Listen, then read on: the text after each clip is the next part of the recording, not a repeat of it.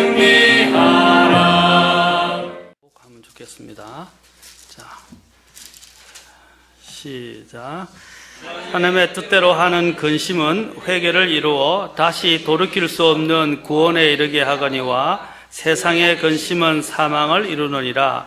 너에게 하나님께 속한 방법대로 근심하는 것 바로 이것을 보라.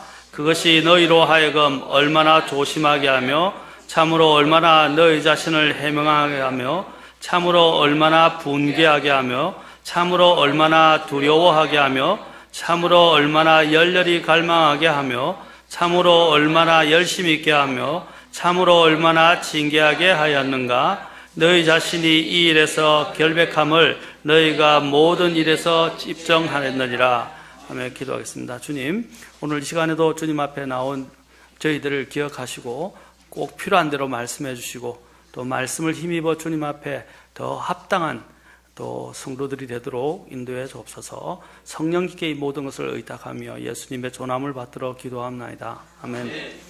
자, 앉으시겠습니다.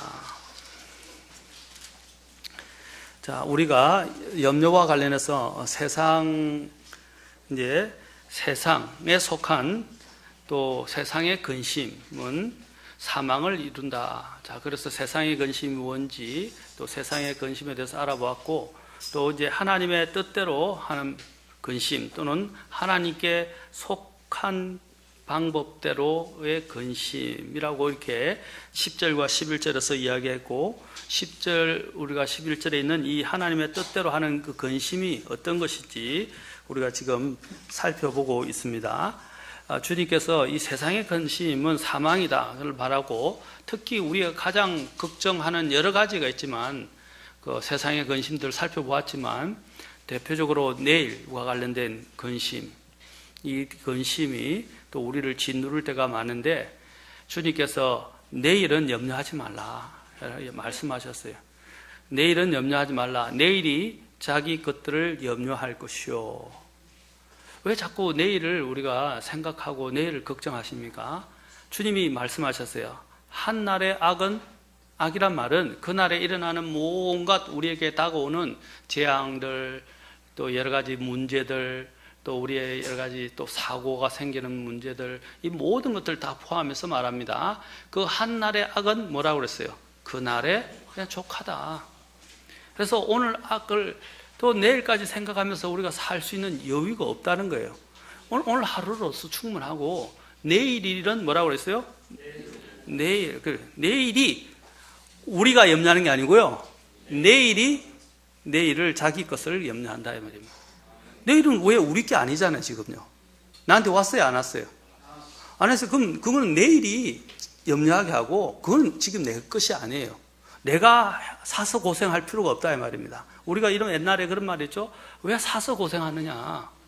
왜 자꾸 내일 일 때문에 불안해하고 내일 일을 걱정하느냐? 물론 잘못된 것들을 보고 우리가 통찰하고 준비하는 것은 괜찮아요. 통찰하고 준비하는 것은 괜찮은 거예요. 그러나 그것이 지나치게 나를 휘감아서 나를 침체하게 만들고 나를 불안하게 만들고 두려워하게 만들고 또 내가 점점점 믿으면서 떠나게 만들고 하는 것들은 하나님이 기뻐하시는 것이 아니다 이 말입니다. 그렇죠? 우리가 근심해야 될 것이 있단 말입니다. 오늘 일에 대해서 근심하되 또 우리가 근심하는데 세상적인 근심에 빠져있지 말고 하나님의 뜻대로 하는 근심을 가져야 된다. 그 첫 번째가 구원받지 못한 사람들이 죄책감에 시달리는 그 죄인의 근심. 바로 이 근심은 아까 우리를 어디로 이렇게 한다고 그랬죠? 회개. 그렇죠? 회개가 또 어디로 이르게 하는 거죠? 구원. 예. 구원에 이르는 회개 말입니다. 구원에 이르는 회개. 그것이 올바른 성경이 말하는 하나님께 속한 근심이다 이 말입니다. 죄인은 정말 이 죄에 대해서 심각하게 고민하고 생각해야 됩니다. 이제 구원받은 그리스도인들조차도 뭐라고 그랬어요? 정말 바르게 살지 않으면 하나님의 이 성령께서 우리 마음에 찔림을 주시고 또 근심하게 하고 무겁게 만들어줍니다. 자, 그렇게 양심의 민감함, 또 성령님이 우리에게 가르쳐주시는 것에 대한 민감함이 우리 안에 있어야 돼요. 그리고 그것을 계속해서 우리가 이것이 무디어지지 않도록 계속 유지해야 합니다. 왜냐하면 온갖 것들이, 세상 것들이 우리 안에 있는 이런 양심과 성령께서 우리에게 주시는 것들에 대해서 무뎌져요. 그래서 그런 부분들에 일깨워 주실 때 적각 빨리 돌이키라 이 말입니다. 그리고 내가 잘못했다면 빨리 자백하고 주님과의 관계를 개선하라는 것입니다. 그렇죠? 자, 우리가 그렇게 함으로써 우리는 또 아까 불신자가 하는 그 죄에 대한 근심, 죄에 대한 또한 신자의 근심, 그렇죠? 그 근심이 뭐라고 그랬어요? 그 사람을 회개해서 구원. 불신자의 구원은 영원한 죄의 형벌을 입는 지옥으로부터의 구원이지만, 신자의 구원은 무엇입니까? 죄의 그 역사로부터 구원받는 거예요. 그리고 더 이상 죄가 나를 정죄하지 못하게 하는 것입니다. 그리고 우리가 그 주님의 징계를 받지 않도록 막아주는 또한 역할을 하는 것입니다. 빨리 돌이켜야 돼요. 그렇지 않으면 주님의 징계가 있을 수 있다는 것입니다. 또 그리스도인들도 심판을 받습니다. 물론 지옥으로 가는 형벌의 심판은 아니지만 성경에서 뭐라고 그랬어요? 그리스도의 심판석에서 남아있는 모든 우리의 잘못에 대해서, 행위에 대해서 선이든 악이든 행한 대로 받을 것이라고 말씀하셨어요. 우리는 그리스도의 심판석이 있습니다. 그리스도의 심판석은 구원받은 자들이 받는 심판석이지만, 그러나 그것이 좋은 의미이기도 하지만 두려운 의미이기도 해요. 왜? 하나님 앞에 선다는 자체가 두려운 것이니까.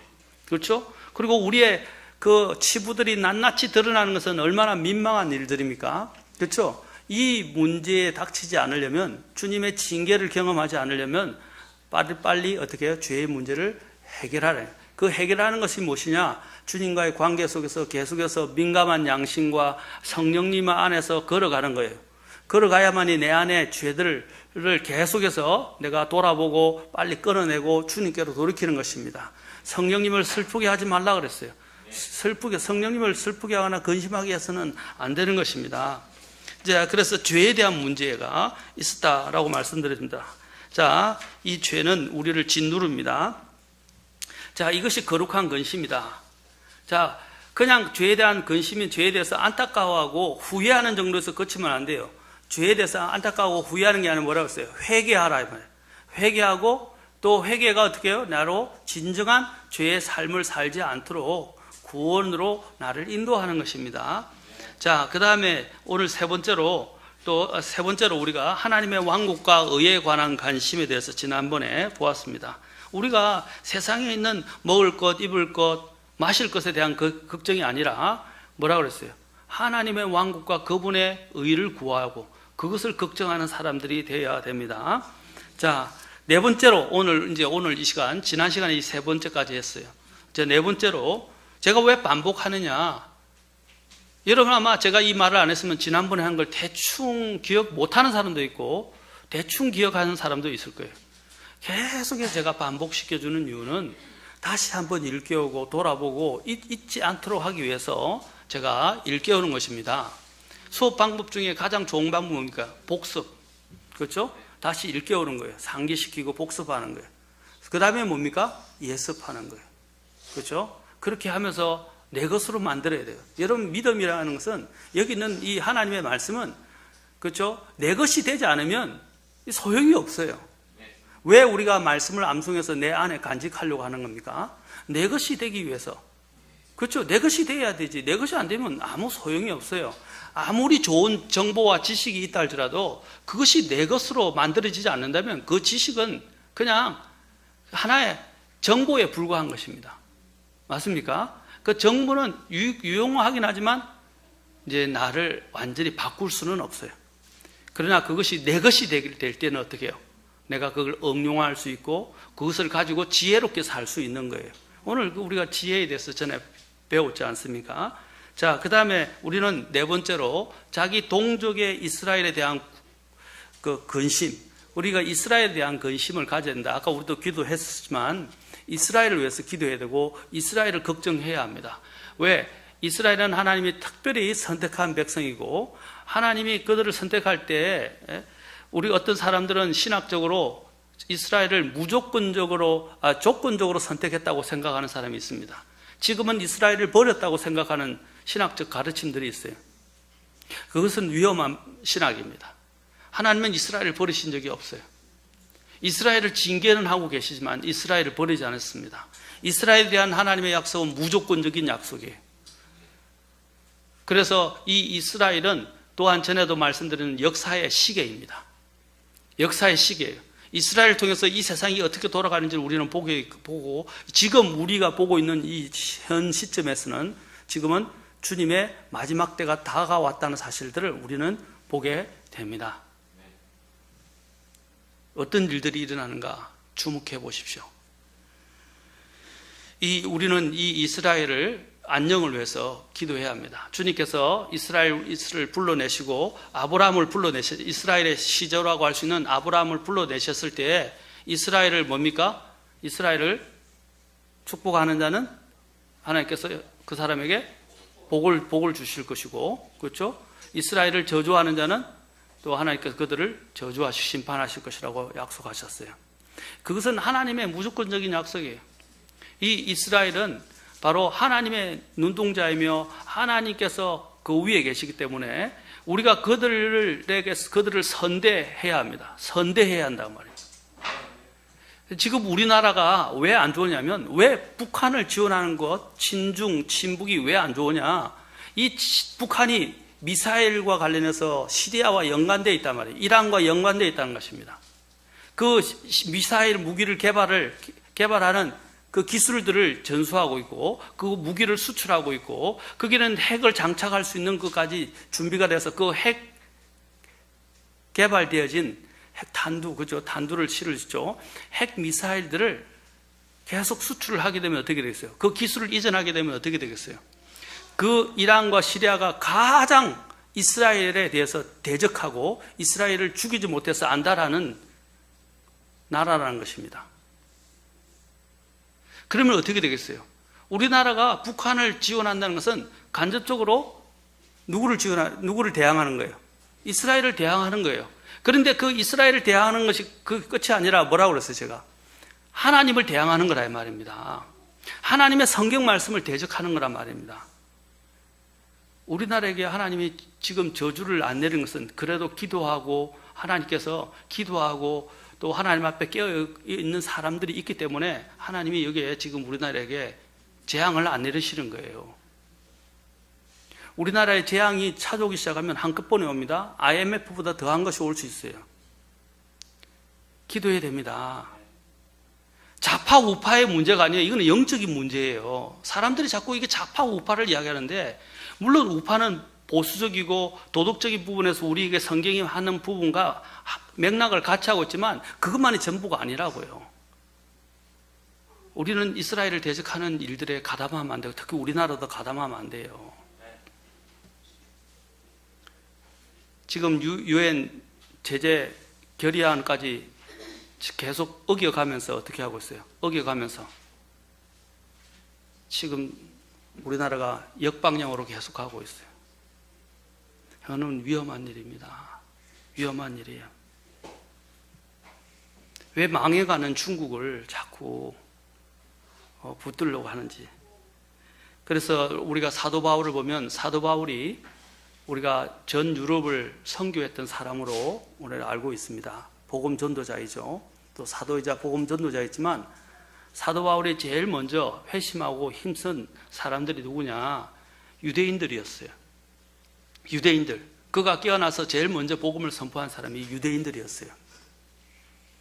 자, 유대인들이었는데, 그러한 그의 마음을 우리가 어디서 읽을 수 있느냐면, 로마서, 하나님의 경륜을 다루고 있는 로마서에서 볼 수 있습니다. 로마서 9장에 보면 9장 2절 3절에 사도 바울이 복음을 늘 이방인들에게도 전하면서, 특히 로마서를 쓰고 편지를 쓰고 로마인들에게 이 편지를 보내면서 그가 자기의 염원과 하나님의 경륜을 담고 있는데, 그 염원이 로마서 9장에 나와 있어요. 9장 2절 3절에 뭐라고 되어 있냐면, 9장 2절에 내게는 마음속에 큰 근심이 있고 계속해서 슬픔이 있노라. 육체에 따른 내 형제들, 내 친족들을 위해서라면 차라리 내 자신이 그리스도로부터 저주받기를 바랄 수도 있으리니. 그 친족들이 누구예요? 내 형제들. 이스라엘이란 말입니다. 이스라엘. 이스라엘 중에서 특히 유대인입니다. 그렇죠? 유대인들.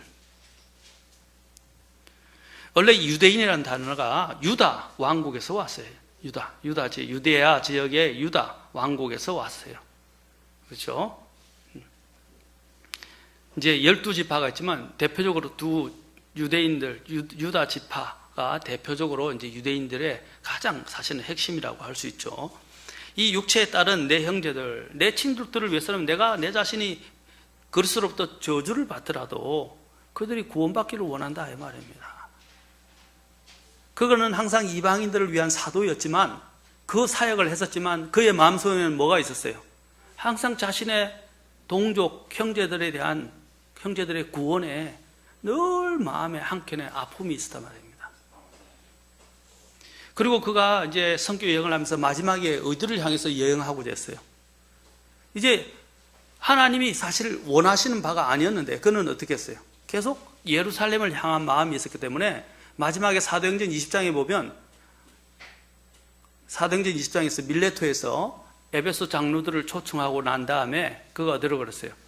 그가 고별 설교를 하고 에베소 장로들에게 고별 설교를 하고 어디로 갔어요? 이스라엘로 갔다. 이스라엘 예루살렘을 향해서 갔다 이 말입니다. 결박이 기다린다는 경고가 있었음에도 불구하고 그의 마음을 바꿀 수는 없었어요. 그는 그 부르심에 의해서 다시 예루살렘을 향해서 갔습니다. 결국 예루살렘에서 체포되어서 어디로 갔어요? 결국은 다시 로마로 압송되게 됩니다. 로마로 가게 된다. 왜? 하나님은 전 세계 이스라엘을 구원을 때가 아니었기 때문에 사도 바울은 워낙 그 마음이 자기 동족의 구원에 대한 마음이 너무 절실했기 때문에 예수님을 전하기 위해서 예루살렘에 갔지만 열매가 하나도 없었어요. 오히려 결박을 당했다가 어떻게 해요? 그는 로마로 압송되게 됩니다. 로마로 이제 가게 되죠. 이송되죠. 자, 사도 바울이 또한 복음을 이야기할 때 로마서 1장에 보면 첫째는 유대인에게요. 그 다음에 뭐라고 했어요? 항상 그는 다음에는 그리스인이다 라고 이야기했어요. 이방인이죠. 그렇죠? 자, 유대인. 첫째는 항상 그는 유대인을 이야기했어요. 또 우리가 한 가지 또 알아봐야 될 사도행전을 공부하다 보면 여러분 사도행전 보면 사도 바울이 제일 먼저 항상 간 곳이 어디예요? 사도 베드로가 제일 먼저 말씀을 전한 사람이 누구예요? 각지에 흩어져서 예루살렘에 모여있던 유대인들에게, 그렇죠? 이스라엘 사람들에게 복음을 선포했어요. 너희 이스라엘 사람들아 라고 복음을 선포했단 말입니다. 맞습니까? 첫 번째는 유대인. 그 다음에 사도행전 8장에 보면 누구한테 갔어요? 사마리아. 그 다음에 8장 이후로 보면 어디로 가게 됩니까? 이제 거기서부터 이제 이도피아 네시에게, 그렇죠? 이도피아 네시에게. 그 다음에 더 나아가서 어떻게 돼요? 이제 하나님이 유대인들이 더 이상 안 하니까 이제 사도 바울을 하나님께서 부르셔서 사도행전 11장부터 누가 나옵니까? 9장에는 누가 나와요? 사도 바울이 회심이 나오고 11장부터 사도 바울이 파송을 받아서 전 세계 유럽으로 복음을 선포하러 가게 된다는 것입니다.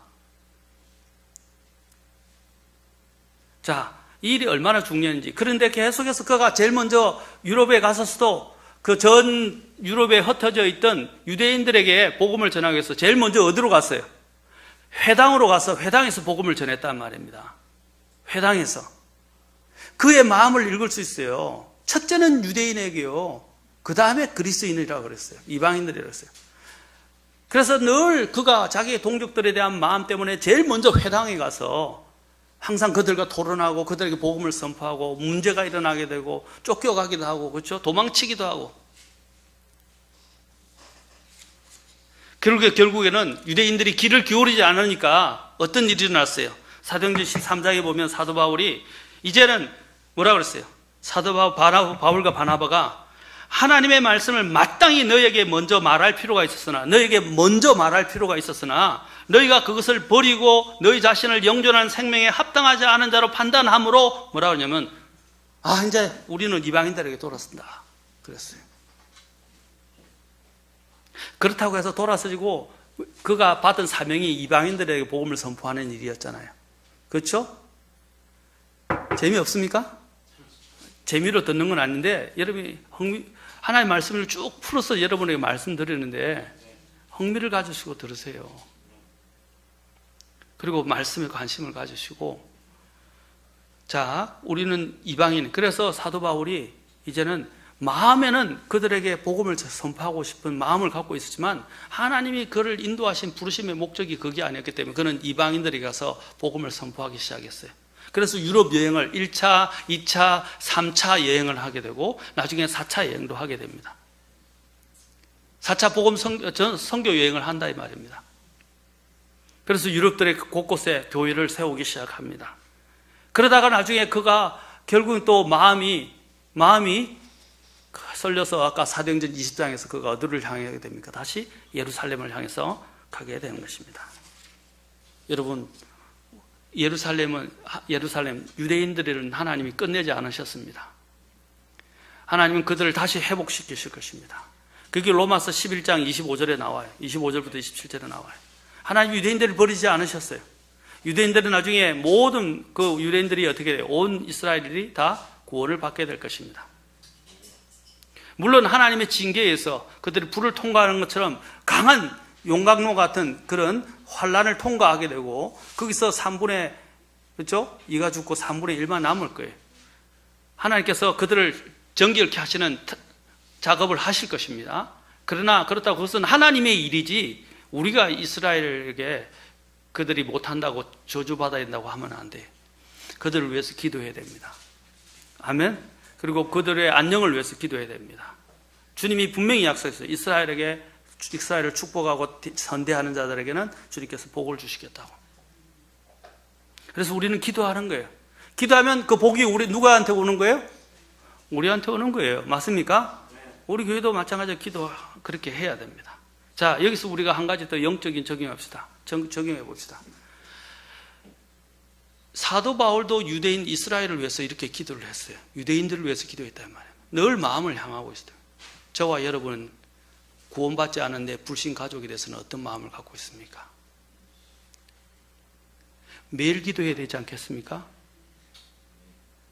생각나는 때뿐 아니라 잊지 않고 계속해서 기도해야 되지 않겠습니까? 내 가족들 중에, 친척들 중에, 내 사랑하는 사람들 중에 아직도 구원받지 못한 사람들이 누가 있습니까? 그들이 지옥을 향해서 가고 있어요. 그들이 또 예수님을 모르고 있단 말입니다. 예수님을 모르고 죽으면 어떻게 됩니까? 내 사랑하는 그 혈육과 친척들이 영원한 불에서 고통을 당하게 된다는 것입니다. 여러분, 매일 기도도 시원찮은데 내가 기도하지 않아 놓고 내 가족이 구원받기를 바란다? 이거는 잘못된 생각이에요. 내가 기도하지 않으면서 왜 다른 사람에게 기도 요청을 합니까? 물론 기도를 열심히 하는 분에게 기도 요청을 할 수 있지만 나도 기도해야죠. 그렇죠? 또 다른 사람들이 아니라 다른 사람을 위한 중보가 아니라 내 가족들의 영원한 안녕의 문제를 위해서 기도해야 됩니다. 아멘. 우리의 불신 가족과 친인척들, 사랑하는 내 친한 친구들, 지금은 제가 기도하는 사람들이 아니기 때문에 기도하는 다른 사람들을 위해서 기도를 못하고 가끔씩 제 어릴 때 친구들이 제일 친했던 친구들이 생각나요. 지금은 만나지 못하지만 또 제가 일하는 사역이 많이 바쁘고 또 여러 가지 가는 길이 다르다 보니까 제가 동창회도 안 나가고 친구들 모임에도 안 나가고 하다 보니까 복음을 전할 기회가 없었어요. 한두 번 나가긴 했어요. 그때도 복음을 전했어요. 그 중에서 내가 가장 친한 친구들을 생각날 때마다 제가 기도해요. 생각이 떠오르면 그때 하면 추억이 떠오르잖아요. 그럼 바로 그 자리에서 계속 기도합니다. 자주 기도하는 친구가 있어요. 또 왜냐면 너무 친했던 친구들이니까. 아마 60대 이제가 되면 이제 아이들이 다 크고 시집 장가 가면 그때는 아마 그 애들도 여유를 가지고 그 친구들이 아마 서로를 찾아볼 수 있을 것 같아요. 지금도 전화는 되는데 다 바빠요. 삶의 현장에서 너무 바쁘고 만날 수가 없어요. 전화는 통화해도 다 뿔뿔이 흩어져 있고 전국에. 그래서 어릴 때 그 친했던 친구와의 우정이 생각나고, 그렇죠? 한참 같이 다닐 때가 생각난다. 그럼 기도한단 말이에요. 왜? 내가 줄 수 있는 가장 좋은 선물은 그들의 구원이잖아요. 그래서 기도를 잊지 않고 기도해야 합니다. 자, 그 다음에 우리가 다섯 번째로 우리가 기도해야 될 것은 교회의 안녕을 위해서 기도해야 합니다. 고린도후서 11장 23절부터 30절 보십시오. 사도 바울이 이방인들에게 복음을 전하면서 굉장한 여러 가지 환난과 시험과 고난을 당하게 됩니다. 그러면서도 불구하고 사도 바울은 어떻게 했습니까? 같이 한번 봅시다. 고린도후서 11장 23절부터 30절 내보면, 자, 사도 바울이 어떻게 했는지 그 뒤에 쭉 어떤 고생을 했는지 쭉 나열합니다. 여러분 이런 고생을 하고 있으면 여러분이 이런 고생 때문에 서럽고 힘들고 아파서 그냥 그 자체로 그냥 눌러앉아서 울면서 자포자기하거나 절망에 빠져 있을지도 모르겠습니다. 사도 바울을 보십시오. 고린도후서 11장 23절, 그들이 그리스도의 사역자냐? 내가 어리석은 자처럼 말하거니와 나는 더욱 그러하도다. 자, 보세요. 내가 수고를 더욱 넘치도록 하고, 자, 매도 지나치게 맞고 감옥에도 더 자주 갇히고 여러 번 죽을 뻔하였으니 내가 유대인들로부터 마흔에서 하나 뺀 매를 5번 맞았으며 39대를 5번 맞는 일이 있었다. 성경에 다 기록되지 않았어요. 그러나 그가 요약해서 이야기해요. 얼마나 매를 많이 맞았어요. 여러분 태장이 몇 장이죠? 몇 번 맞는 거죠? 태장이 거의 40대예요. 40이 사실 보면 하나의 마지막 데드라인과 같은 숫자예요. 그래서 40을 맞으면 죽는다 이렇게 때문에 39을 맞은 거예요. 야, 이런 39대 곤장을 한번 맞아보세요. 대단합니다.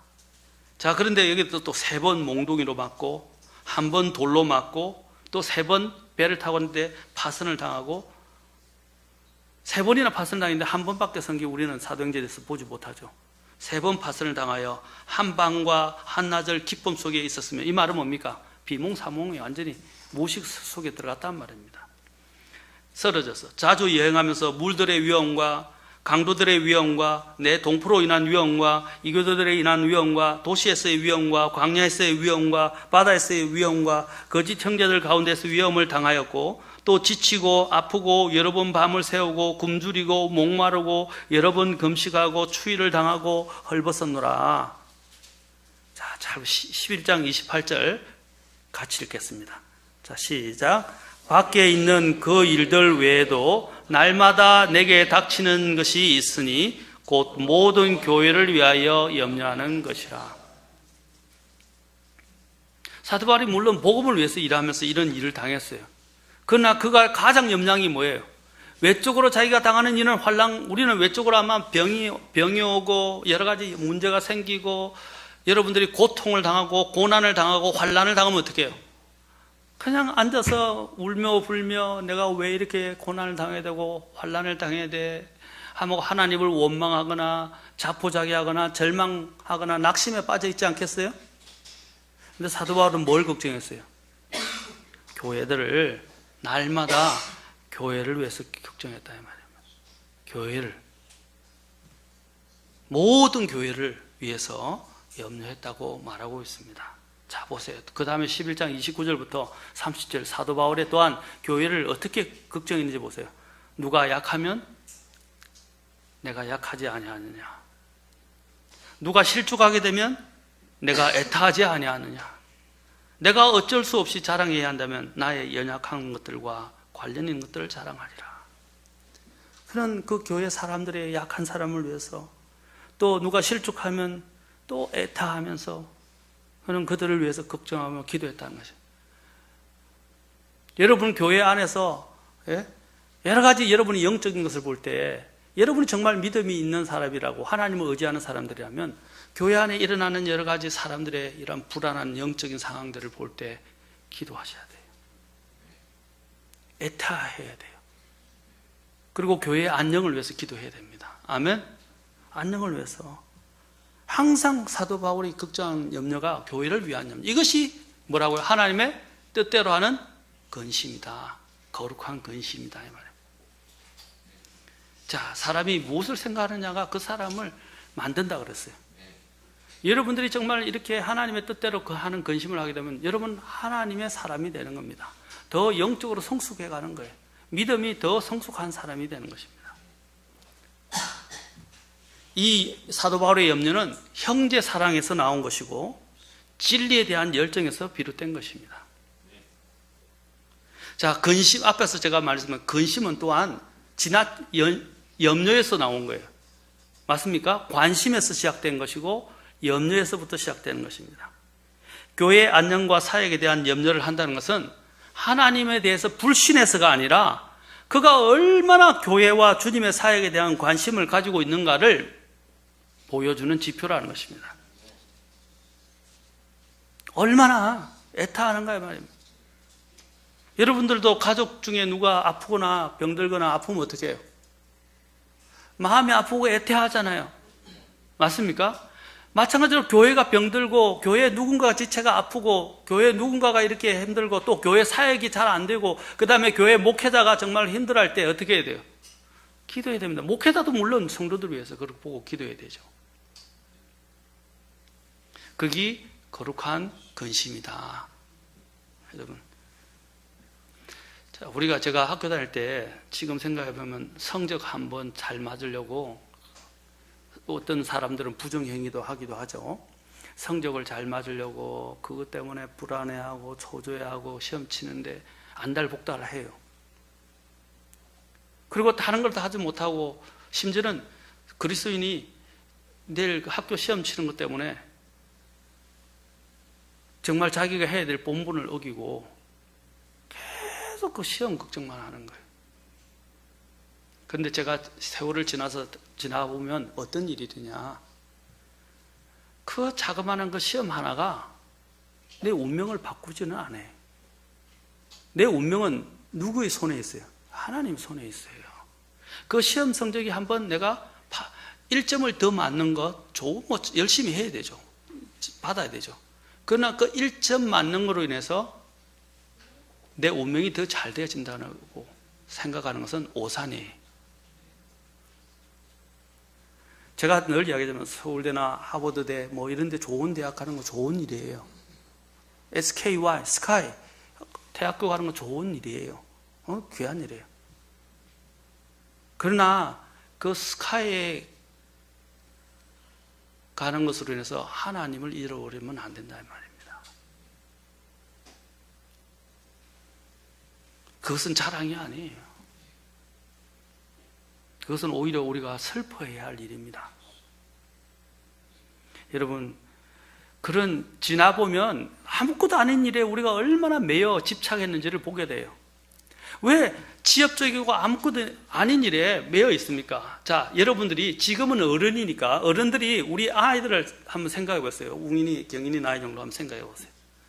둘이서 장난감 아무것도 아닌 거 가지고 요만한 거 가지고 서로 내 끈이 네 끈이 네가 먼저 가졌니 내가 먼저 잡았니 하면서 싸우다가 치고받고 울고 엄마가 와서 혼을 내고 뭐라 하고 이렇게 하는데도 계속해서 그걸 잡겠다고 싸우면 어떻게 되겠어요? 어른들이 보는 마음이 어때요? 참, 그렇죠? 어른들이 볼 때는 아무것도 아니죠. 그런데 그 생명을 걸듯이 애들이 막 그걸 붙들고 울고 서로 치고받고 간다. 유치하죠? 맞습니까? 유치해요. 그리고 안타까워요. 그거 뭐라고? 그거 양보하면 엄마 아빠가 더 좋은 걸 줄 수 있을 건데 엄마 아빠가 더 좋은 걸 준다 그래도 그걸 안 놓아요. 그게 애들의 마음이에요. 애들이 유치해요. 지금 앞에 있는 그것밖에 못 본단 말입니다. 그것도 중요한 거 아니고 사소한 문제인데 목숨을 걸 만한 일도 아닌데 자, 하나님이 우리를 보실 때 어때요? 사소한 걸 막 붙들고 그것 가지고 이기려고 싸우고 있다 이 말입니다. 그것 때문에 전전긍긍하고 있다 이 말입니다. 아까 제가 시험 이야기한 것도 마찬가지예요. 그 시험 1점 그것 때문에 자신이 주님 앞에 해야 될 부분들을 하지 않고 그래서 어떤 분들이 이렇게 이야기해요. 저는 솔직하게 이야기하고 싶어요. 제가 주일에도 다음에 한번 이야기할 겁니다. 내일 시험 친다고 주일날 안 오는데 시험 잘 치게 해달라고 기도해달라? 기도 못합니다 저는. 하나님 걸 제대로 하지 않고 미리 준비하지 않고 주님의 것들을 무시하고 멸시하고 주님께 드리지 않으면서 그 다음날 시험을 잘 치게 해달라? 그거는 하나님이 기뻐하시는 방법이 아니에요. 최선을 다하지 않고 자신이 소홀히 해가지고 나중에 발을 동동 구르면서 기도해달라? 여러분, 우리의 신앙생활이 이게 얼마나 잘못됐는지를 제가 말씀드리는 거예요. 기도하는 게 나쁜 건 아니에요. 그렇죠? 그러나 잘못된 방법으로 기도하지 말란 말입니다. 지난 주일에 누가 그래요? 내가 기도할 때 기도하여도 얻지 못하면 내 정력대로 쓰려고 잘못 구하기 때문이라. 누가 암송을 했죠? 잘못 구하고 있는데 하나님 주실 수가 있냐고요. 사랑하는 성도 여러분, 우리가 하나님이 정말로 걱정하시는 부분에 걱정을 가질 필요가 있어요. 하나님의 왕국과 의를 위해서 우리가 기도할 필요가 있다는 것입니다. 자, 그 다음에 그래서 그 나중에 우리가 하나님의 뜻대로라는 근심은 그 근심이 그냥 그 근심에서 그치는 것이 아니라 그 근심이 뭐로 바뀌게 돼요? 그 근심이 기도로 바뀌게 되고 또 그 근심이 또한 기도에서 권면으로 바뀌게 되고 또 그 근심이 뭡니까? 섬기는 계기가 되게 되고 그 근심이 또 어떻게 돼요? 내가 더 주님 앞에 드려줄 수 있는 헌신의 계기가 된다 이 말입니다.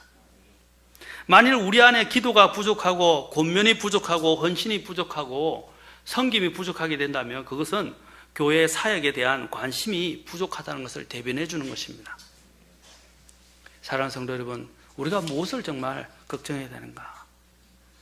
자, 7번째로 우리가 걱정해야 될 것은 다른 성도들과 함께 아까 교회와 관련되지만 이제 더 구체적으로 다른 성도들과 함께 아파하는 그렇죠? 마음을 가지고 아파하는 근심을 가져야 됩니다. 사도 바울이 아까 이야기했죠. 누가 약하면 누가 하라고 해서 이야기했죠. 성도들이 누가 약하면 내가 약하지 아니하느냐. 누가 실족하게 되면 내가 애타하지 아니하느냐. 우리 그리스도 안에 교회 안에 있는 이 사람들은 영적인 가족이에요. 아멘. 물론 육체적 가족도 중요하지만 영적인 가족도 중요해요. 영적인 가족이 실족하고 병들고 문제가 있으면 그들을 위해서 내가 아파하는 게 정상이에요. 아무 관심이 없고 주일날 잠깐 나왔다가 얼굴만 비추고 가고 다른 성도가 어떻게 되든 무엇이 어떻게 되든 관심도 없고 관심을 가지지 않는. 특히 가장 요번에 최근에 어제 장례식도 있었지만 가장 최근에 있었던 것처럼 제일 우리가 같이 함께 마음을 아파하면서 같이 해야 될 게 뭡니까? 장례잖아요. 한 분은 몸이 정말 안 좋고 갔다 오면 어떻게 될까 걱정을 많이 하신 분이 있어요. 이제 제가 그거는 자율적으로 결정하는 문제니까 강요는 안 하고 좋게 이야기해서 안 가도 된다. 알아서 하시라 했는데 그런데 제가 이런 말을 했어요. 어려울 때 같이 하면 평생 그 사람의 마음속에 남는다. 이렇게 이야기하니까 힘들지만 가겠다고 하면서 아이를 맡겨놓고 가더라고요. 그래서 참 귀하다고 생각해요. 여러분 특히 그 상을 당한 사람들은 그렇게 해서 온 사람들의 그 수고 평생 잊지 못합니다. 늘 마음에 감사해. 또 그런 사람이 어떻게 해요? 그 자기들에게 또 그런 일이 생기면 그 사람도 마다하지 않고 나중에 나의 슬픔을 같이 하고 나와 같이 하게 된다는 것입니다. 이게 서로 아파하는 마음이에요. 데살로니가전서 4장 13절에 보면 사도 바울이 그 잠자는 자들로 인해서 주님 안에서 잠자는 자들로 인해서 그 데살로니가 성도들이 걱정하게 됐을 때 사도 바울이 뭐라 그랬습니까? 아무 소망 없는 다른 사람들 같이 슬퍼하지 말라. 그들의 슬픔에 대해서 위로하면서 이야기를 해주었어요. 로마서 12장 15절 읽어봅시다. 로마서 12장 15절 우리가 두 구절 읽고 마치겠습니다. 자, 로마서 12장 15절 여기 보면 자 뭐라고 되어 있습니까? 제가 굉장히 제일 좋아하는 말씀 중에 하나입니다. 이것이 로마서 12장 15절. 저는 좀 그런 성격이 있어요. 강한 사람한테는요, 제게 굉장히 강해요. 교만하고 강하고 자기 자랑 많이 하고 이렇게 강한 사람들은 제가 굉장히 강합니다. 저도. 그러나 약한 사람한테는 아주 약해요. 왜? 로마서 12장 15절을 가장 좋아하기 때문에. 같이 읽겠습니다. 시작. 기뻐하는 자들과 함께 기뻐하고 슬피 우는 자들과 함께 슬피 울라. 기뻐하는 자들과 함께 기뻐하고 슬피 우는 자들과 함께 슬피 울라. 이것이 사도 바울의 마음이었어요. 또 우리가 함께 또 다른 사람에 대해서 우리가 근심하는 것 중에 하나가 뭡니까? 히브리서 13장 17절. 자, 히브리서 13장 17절 봅시다.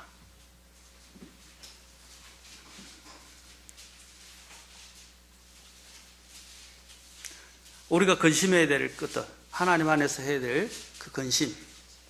자, 이것도 같이 읽겠습니다. 시작. 너희를 다스리는 자들에게 순종하고 복종하라. 그들은 마치 자기가 회개에 보고할 자인 것 같이 너희 혼을 위해 깨어 있나니 그들이 기쁨으로 그것을 하게 하고 근심으로 하게 하지 말라. 그것은 너희에게 유익을 주지 못하느니라. 여러분들이 특히 목회자가 근심하게 하면 안 돼요. 그렇죠? 그러면 사역에 안 돌아가고요. 여러분에게 말씀을 전하는데 유익이 없어져요.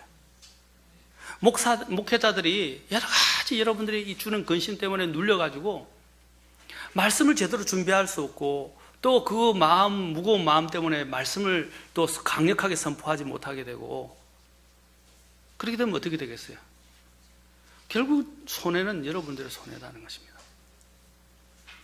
여기 보면 그들이 기쁨으로, 이게 사역에 있어서 중요한 거예요. 이게 그들이 기쁨으로 하게 하는 것, 이것도 우리가 영적인 것이 목사님께 혹시 내가 부담이 되지 않을까? 누가 되지 않을까?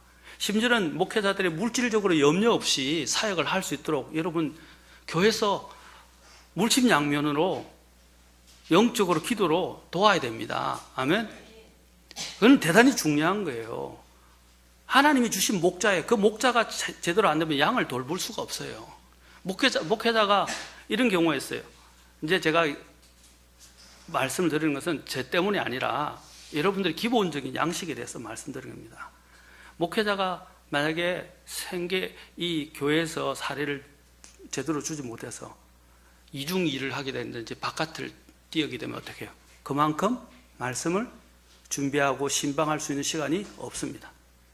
또 혹시 목사님의 가정 중에 사모님이 제일 중요한데 사모가 몸이 아파가지고 병들어서 집안일이나 여러 가지 신경 때문에 또 못하게 되면 어떻게 되겠어요?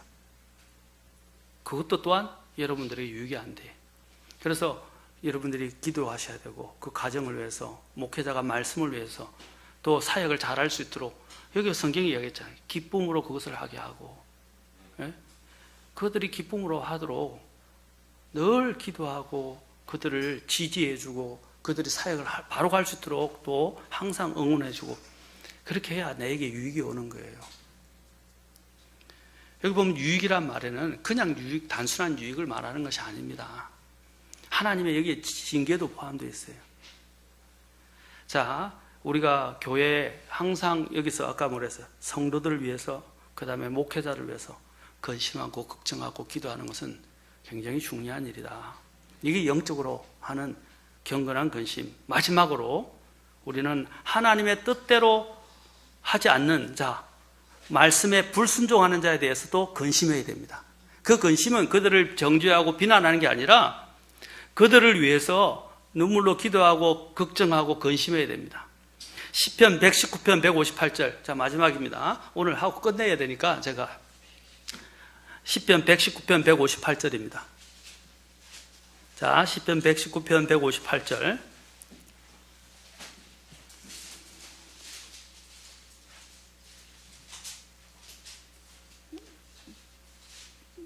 자, 여러분 주위에 특히 보면 지독히 하나님 말씀 안 듣고 불순종하고 또 하나님을 대적하는 사람들도 있죠.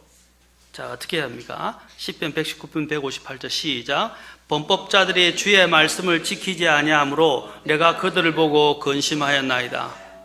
그들이 하나님의 말씀을 무시하고 오늘날 우리나라도 마찬가지예요. 우리나라 이 위증자들이 지금 하나님의 말씀을 무시하고 교회를 탄압하려고 그러고 그렇죠? 지금 여러 가지로 막 하나님이 기뻐하지 않는 방향으로 가고 있죠. 우리가 근심해야 하는 건 당연한 거예요. 너의 양심을 위해서, 신앙생활의 양심을 위해서 뭐라 그랬어요? 그들을 위해서 기도하라고 그러고, 그것을 그래서 조용하고 평안한 생활을 하기 위해서 그렇게 하라고 그랬어요. 자, 그들이 말씀을 지키지 않는 것, 특히 내 주변에 있는 사람들, 특히 교회 안에서도 하나님의 말씀에 불순종하는 사람들, 그들을 위해서 우리는 걱정하면서 주님께 기도해야 됩니다. 그런 사람을 어떻게 해야 되냐? 첫째, 기도하라. 그런 사람을 위해서 어떻게 해야 되냐? 두 번째, 선대하라. 세 번째, 그런 사람을 위해서 어떻게 해라? 인내하라. 네 번째, 오래 참으라. 그 다음에 하나님께 맡기라 이 말입니다. 하나님이 다루실 겁니다. 하나님이 다루실 거예요.